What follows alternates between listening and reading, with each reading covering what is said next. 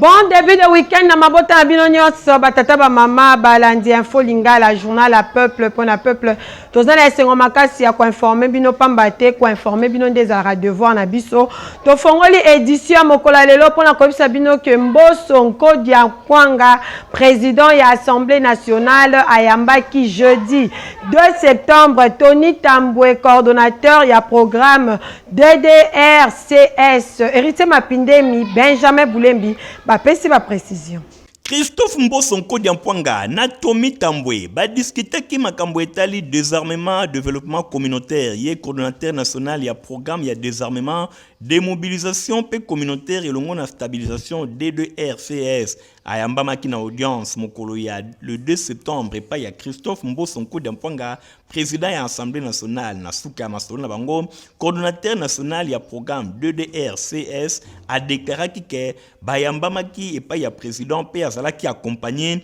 na ba membre mususu ya bureau bango ba biliskitaki mingi na ba différentes articulations oyo ezali ko composer programme oyo katina yango question ya cohésion sociale désarmement démobilisation ba groupes armés pe insertion na bango pe intégration na vie civile pe na vie ya communauté ezalaki pe question ya développement communautaire oyo elingi ko rendre espoir pour na couper sa confiance et pas ya population bazalaki meurtri na makambo etali ba conflit de guerre pe ba déplacer bato oyo nyonso ba perdre ba na bango bamboka oyo ebebisamaki programme oyo eko trouver moyen pour na kosunga ba communauté ba recouvrer de manière claire vie normale pour être ba yeba na kozongela ba activité na bango bazalaki satisfait na ba échange nyonso oyo esalemaki elongo na président monsieur Tony Tambwe Ushindi alobi a trouvé oreille moko attentive et pas ya président ya Assemblée nationale dans la mesure où après qu'on discutait na ba différentes articulations numéro 1 ya Assemblée nationale azalaki déjà très avancé na réflexion mingi penza en termes ya moyens financiers oyo bakotia en place na cadre ya programme oyo pour esalema na ndenge ya malamu esengo na bango abakisi ezali ke ba constater que président azali très sensible pe azali ko estimer makambo ya malonga pour na programme oyo ekozala financer na gouvernement bakozonga lisusu ba erreur ya makambo elekaki te pour na ancienne génération notamment likambo etali DDR NDP3 bango bazali fier pe satisfait honorable Christophe Mbosso Nkodi Kwanga singi na bango ba élaborer rapidement ba prévision pe ba soumettre yango na bureau pour être commission ECOFIN oyo azali ko traiter makambo etali budget aye bandenge nini kozwa ngo en compte. Tokotikala kaka na Assemblée nationale pour na kosinale bino lisusu ke plénière et bengamaki kaka te na Assemblée nationale pour na kokundola rapport ya commission paritaire oyo etiamaki pour na ba candidature ya ba bureau ya CENI. Est-ce que équation est commis compliquée pour na Mbosso?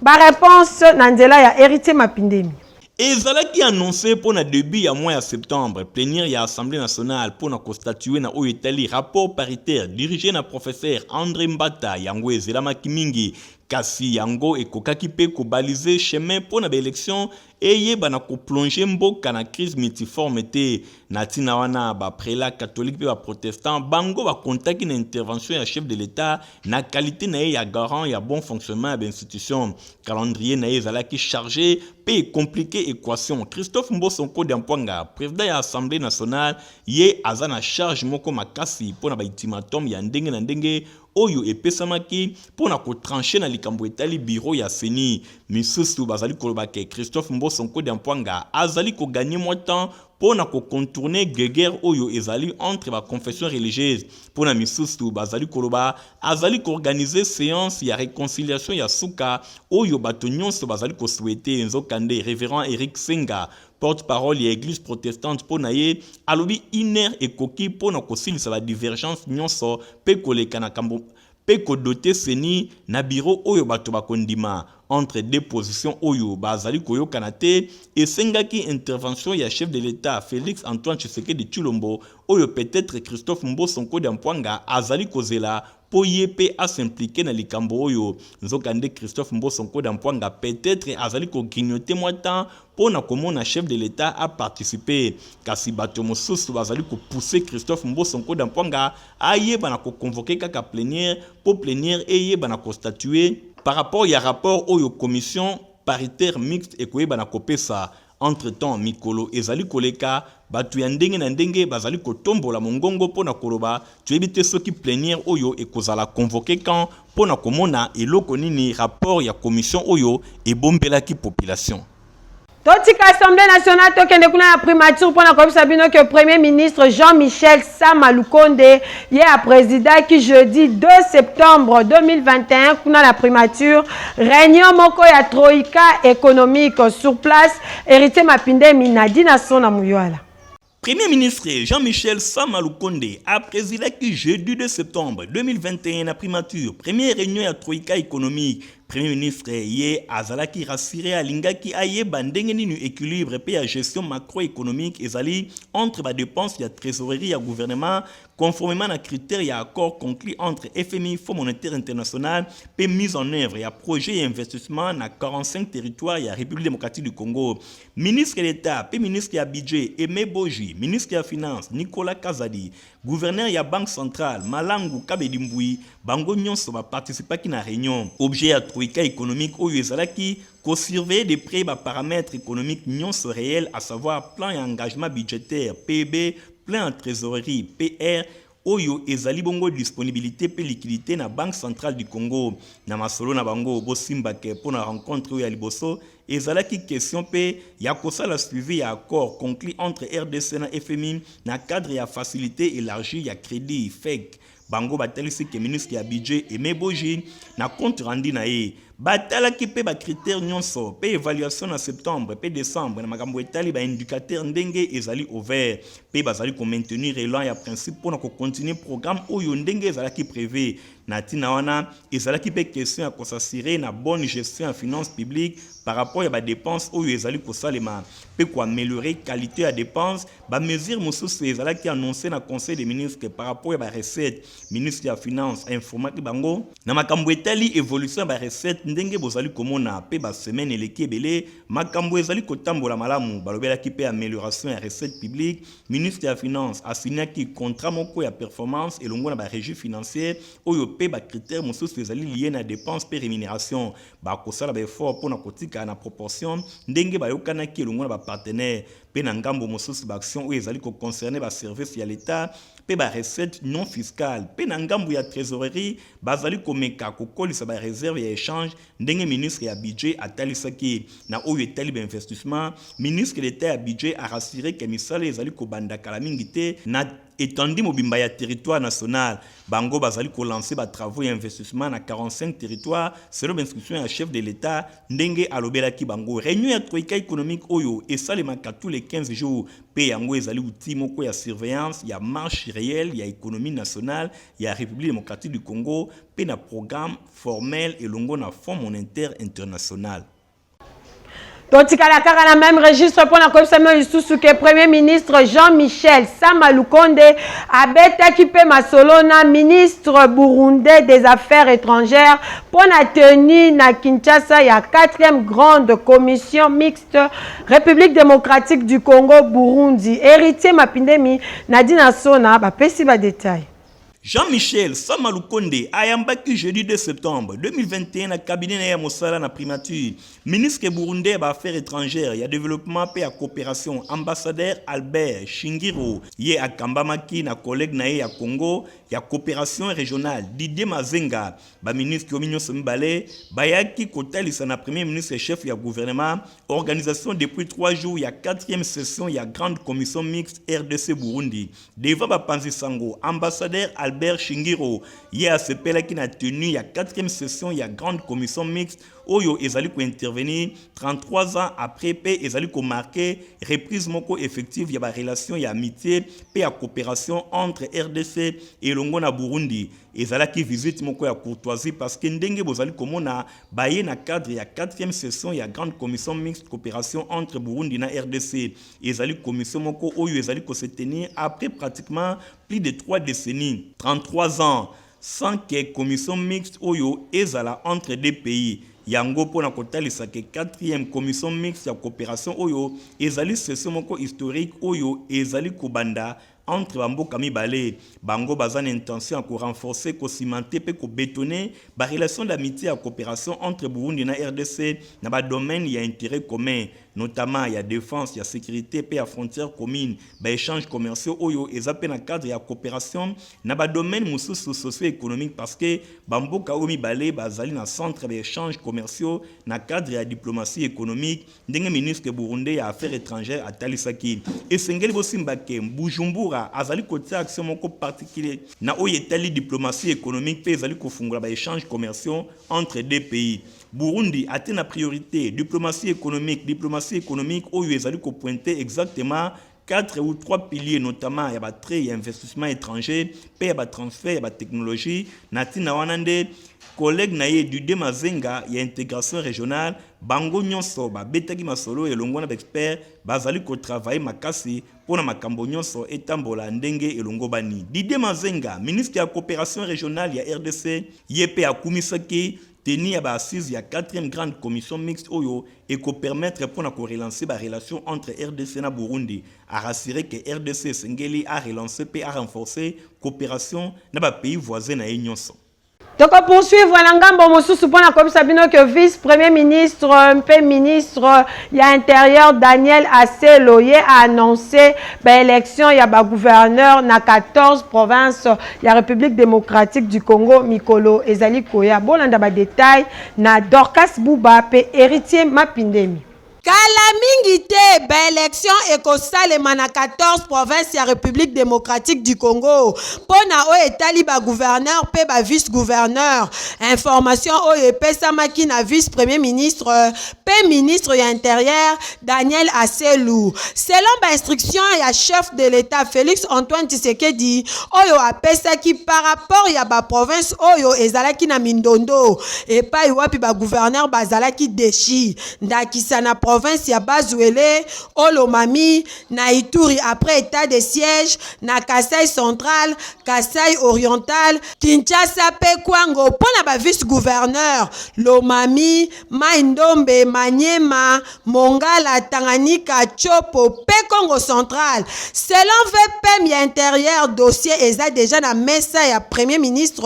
pona ko financer seni, enfin que ba opération oyo esalema selon calendrier oyo bakopesa. Affaire Bukanga Lonzo, Augustin Matata Ponyo Mapon a décidé de porter plainte contre Modeste Bahati Lukwebo, président ya Sénat. Héritier Mapindemi a pesi ba précision. Mingi bazali koloba ezali manœuvre ya ancien premier ministre Augustin Matata Ponyo misusu pe bazali komona azali kolandela ba droit na ye récépissé ya le 31 août 2021 sous R cons et sali 16 39 signé et pas ya greffier Salou Kanchingo Viviane a indiqué que Augustin Matata Ponyo a porté plainte contre bureau ya Sénat à travers président Yango Modeste Bahati Lukwebo. Motif ezali inconstitutionnalité il y a décision numéro 006 bar K bar PAT bar Sénat bar MBL HFM bar EBD bar 202 il y a le 9 juillet 2021 portant autorisation à poursuite, il y a levé, il y a immunité parlementaire, il y a sénateur Augustin Matata Ponyo, Oyo et Zwamaki na bureau ya Sénat. Et Sengeli Bosimbake le 15 juin 2021, Sénat a pesa qui fait verté pour na lever ya immunité, il y a sénateur Augustin Matata Ponyo. Sur 96 sénateurs, bazala qui présent en séance plénière, il y a parlement, 49 ba rejeta qui requête Oyo contre 46 voix, pe bulletin moko ezalaki nul. Na demande Oyo ezalaki formulée par ya procureur général près ya cour constitutionnelle Oyo a s'appuya qui na rapport ya inspection générale ya finance Oyo ezalaki publié na 2020. Matata Ponyo azalaki blanchi kasi affaire Oyo ya détournement, ya fonds, ya opération, ya indemnisation, ya ba victime, ya zaïrenisation, ya ba année 70 après avoir coplacé na mandat d'arrêt provisoire puis na résidence surveillée, haute cour ordonnant qui main levée ba signifia qui que insuffisance ya ba preuve et monanaki pour na soutenir accusation. Natina wana Augustin Matata Ponyo azongaki un homme libre kasi na sima procureur général a landé lisusu makambu ya dossier ya Bukanga Lonzo pour na koluka kosambisa Augustin Matata Ponyo. Boye Augustin Matata Ponyo a boyaki ko coopérer na procureur par rapport ya dossier oyo plénière à se prononcer qui déjà natina wana inconstitutionnalité oyo ye a relevé par rapport ya levé ya ba immunité na ye na bureau ya Sénat yango etindi ye aye bana ko porter plainte contre bureau ya Modeste Batulukwebo oyo ye azali kokamba. Toko bana masolo mususu pona ko sabino ke na sima ya 4 jours ya ba épreuve ya examen d'état awa na République démocratique du Congo, inspecteur général ya EPST alekaki na ba média pona bongo ko pesa bilan ya ba épreuve ya examen d'état édition 2020-2021. Ba détail na Dorcas Bouba. Inspecteur général ya primaire secondaire P technique EPST na Mokuse atalisaki évaluation ya déroulement ya ba épreuve ya examen d'état 2020-2021 oyo ezalaki mokolo ya jeudi 2 septembre alobaki que ba épreuve nyonso eleki bien na étendue nyonso ya République démocratique du Congo na yango Jacques Odia Musungai alakisaki mécontentement pe alobaki que makambu ya mabe nyonso ezalaki enregistré na ba surveillant oyo bazalaki corrompu na tricherie pe insécurité oyo ezalaki entre ba groupes armés na ba province misusu. Clôture ya session ya ba examen d'état elekaki na note moko satisfaisante po ete ba problème ezangaka te na ba épreuve nyonso lokola disparition ya ba fonds, ba élèves oyo bazalaki séquestré, ba accident ya circulation, ba téléphone na kati ya ba salle ya examen, ba surveillant oyo bazalaki mêlé na fraude wana pe makamundenge na ndenge. Na yango inspecteur général ya EPST a déploraki makasi kasi dans l'ensemble atalisi que session ya examen d'état 2020-2021 eleki malamu na étendu mobimba ya République démocratique du Congo et pa iwapi 800 000 finalistes secondaires oyo ba participa ki pona kozwa ba diplôme oyo et ko permettre bango ba entamer ba enseignement supérieur to universitaire entre-temps ba finaliste nyonso baza obligé ya ko retenir souffle en attendant ba publication na quelques semaines. Et indaki mabe mercredi 1er août na Metexat esengeli boye bake ba agent pe ba travailleur ya entreprise oyo bango bazo senga départ ya comité de gestion na bango. Témoin événement Jérémy Makambo, héritier Mapindemi.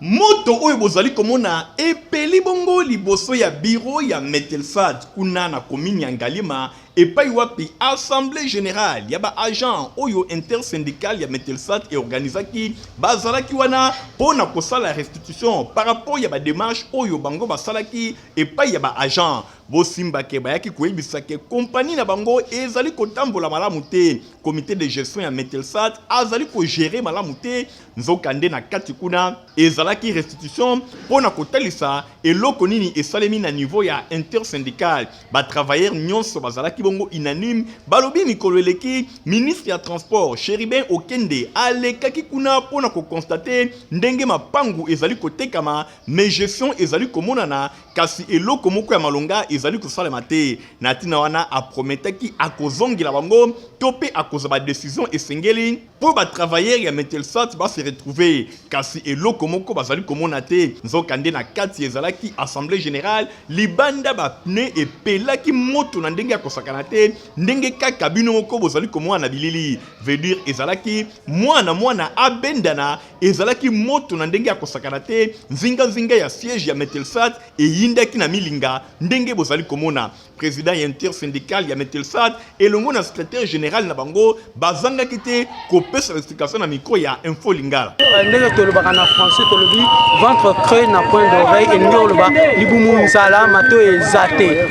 oyo baza ko revendiquer ezali baza koloba mbongo na bango baza revendiquer nini baza revendiquer ba salaire na bango biso tozalaki awa na toyaki tokutana na DG na bango bambala ebele toluki ye tokomeli ye tosali nyonso oyo bato basalaka mpona bakutana na mutu akangela biso porte na ye en tout cas na ndenge ya solo aboya koyamba biso ntango ya boyi koyamba biso tomonaki ke ezali entreprise ya l'État tokendaki sikoyo epai ya l'État ye moko tobandi na secrétariat général ya transport tokei epai ya ministre tosololi représenter bango problème ya Metelsat nde omoni sikoyo lelo ezalaki jour ya assemblée générale il fallait tout ça la restitution et pas ya batravailleur mpona toyebisa bango nini oyo tosalaki nini tosololaki ntango tozalaki na secrétaire général ntango tozalaki na son excellence le ministre ya transport oyebi makambo elekaki na Goma soki musala esalemaki awa malamu nde biloko wana balingi baprevenir déjà ke na date te bato balongwa na place wana nde bato akufaki mingi te mais lokola misala wana esalemaka te bisika oyo ekoma bateka bandako donc bamatériel oyo ya kopesa badonné fiable eza susu malamu te nde yango wana ezomona ke Congo toza na baproblème puisque mosala ya malongwa ezosalama te mpo na nini puisque bato oyo bazotia bakonzi na mosala bazoyeba te rôle na bango ya jouer pour na musala etango na malamu pour que RDC ezala mboka oyo eza koenvier bato nyonso. C'est pourquoi tosengi chef de l'État atala miso na ye na musala oyo ya bato meteo basala. Bongo na nsima ba Jean bamonaki mutuka ya directeur général ezali kobima toyebi te soki ezalaki mpona kokima moto to pe nini botala ndenge balandaki ye.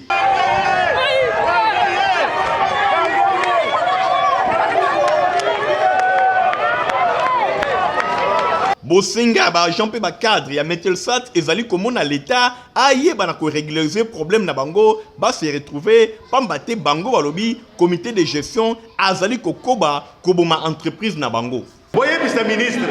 aya kozwa comité de gestion na ye ya entreprise de l'état akende na bango so akomi na Kitambo alandi zela bandala akomi na Selemba o atiki bango koto continuer na musala oyo malamu atika bango na Selemba sima bandala ndako ya pembe ezalaka wana na santé pour na etali COVID-19 esengeli boyeba ke selon rapport ya organisation mondiale de la santé OMS na mokuse bango batalisi pic ya 3e vague ekomi na suka na Afrique ndenge Dorcas Buba pe Héritier Mapindemi bapesi ba précision. Selon rapport ya OMS etalisi ke tokomi na suka ya pic ya 3e vague ya COVID-19 nombre ya ba contamination ezali ya kokita na Afrique. POMS alobi que basigno ezali encourageant. Selon directrice régionale ya OMS na Afrique, Dr Matidi So alobi 3e vague ya infection ya COVID-19 na Afrique ezali stabilisé. Kasi baka etikali kaka likolo lokola 248,000 cas ezalaki signalé poso eleki. Directrice régionale ya OMS alobaki maloba oyo na conférence de presse oyo asalaki depuis Congo Brazzaville. Alobi espoir oyo esangani na kobanga parce que 24 pays oyo maladie ezongaki 8 kati na bango to ya ba décès emati ndakisa Botswana pe Ethiopie. Biloko ya boye ekoki kozala éviter kaka soki ba vaccin ekoti makasi na Afrique. Dr Matidi So azali ko déplorer retard ya déploiement ya ba vaccin. Bosimba ke 4 milliards 6 millions ya ba dose ya vaccin epesamaki na mokili mobimba. Kasi ebele ekendaki na ba pays riche. Kasi ebele ekei na ba pays riche. Ezali ko garder espoir que 10% ya batu na Afrique bazala vacciné d'ici fin du mois ya septembre. Pe azali ko lika lisusu ke 110 millions 7 millions ya ba dose ekoya na septembre. Bosimba lisusu ke épidémie oyo ya COVID-19 ebomi 4,5 millions ya batu na mokili selon bilan ya OMS. Plus de 213 millions ya ba cas ya infection ezalaki officiellement diagnostiqué. ONG Congo de l'Espoir ya mwana mboka Maotouene bango baza kopesa ba bourse pour na mboka Chypre et puis baza organiser ba cours de langue na informatique. Stéphane Skande, Michael Brustoto, reportage.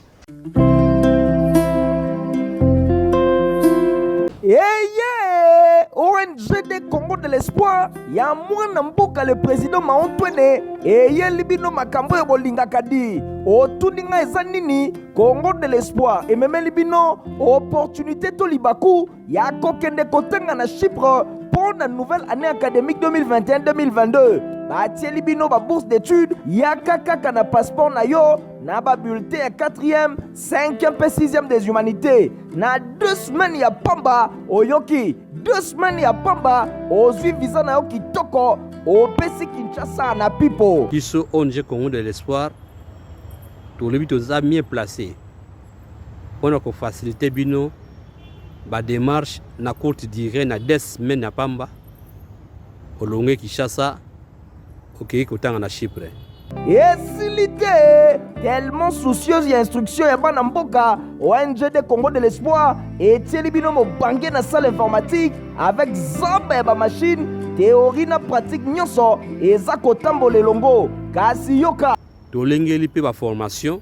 ya langue informatique na baye nyonso oyo baningi koyekola epa na biso nyonso eza ofele. Merci beaucoup.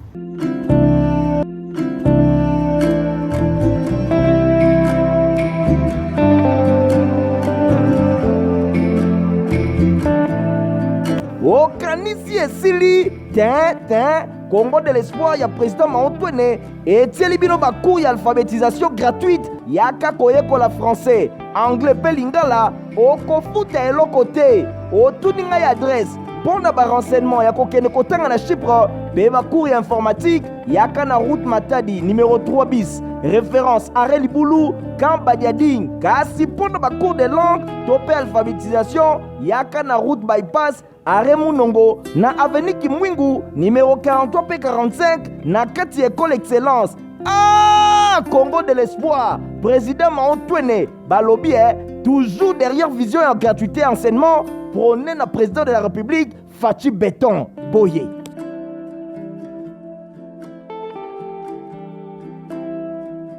Madame Betorom Kokoma la souka ya présentation info lingala journal ya peuple point na peuple. Héritier Mapindemi asaeli bino info ya ba journaux. Mbote na bino tofongoli info ya ba journaux na journal Le Vrai Modérateur. Auteur a commis affaire Bukangalonzo matata à traduire Bahati na justice. Wana ezali information ekomami na une ya journal Le Vrai Modérateur. Augustin Matata Pogno sénateur amoni mabe na ndenge balongolaki ba immunité na ye na niveau ya bureau ya Assemblée nationale pe ndenge ni procureur général près ya cour constitutionnelle azali kolandela ye na likambo etali Bukangalonzo nzokande ba immunité na ye elongwaki po na makambo etali zairenisation. Augustin Matata Pogno azali ko comprendre te amoni inconstitutionnalité na ba levé ya ba immunité na ye na bureau ya Sénat natina wana Modeste Batulukwebo azali traduit en justice et pa ya Augustin Matata Pogno oyope azali komona mabe ndenge bazali ko empêcher à voyager. 14 provinces sur 26 provinces bazali concerné pour na élection ya ba gouverneur pe ba vice gouverneur mikolo ezali koya wana information ekomami na une ya journal L'Avenir quotidien atalisi ke 14 provinces oyo ba gouverneur na bango bazalaki destitué depuis mikolo eleki et pa ya ba assemblée provinciale na ba vice gouverneur mososo natina wana ba harmoniser déjà elongona commission électorale nationale indépendante CENI oyo akotisi déjà état de besoin na ye etikali kaka financement na ngambu ya gouvernement pour l'élection et salema na 14 provinces ezali bongo ba province lokola ya Kasai central, Kasai oriental, Congo central, Ituri après état de siège, ville ya Kinshasa vice-gouverneur pe Kwango pe ba province mususu oyo liste na bango ezali au total 14. Nangambo mosusu journal La Prospérité alobeli pollution ya ba rivière Kasai pe misusu bazai banamu yaya bazali ko calmer l'esprit natina wana point de presse salemaki entre vice-premier ministre pe ministre ya makambo etali environnement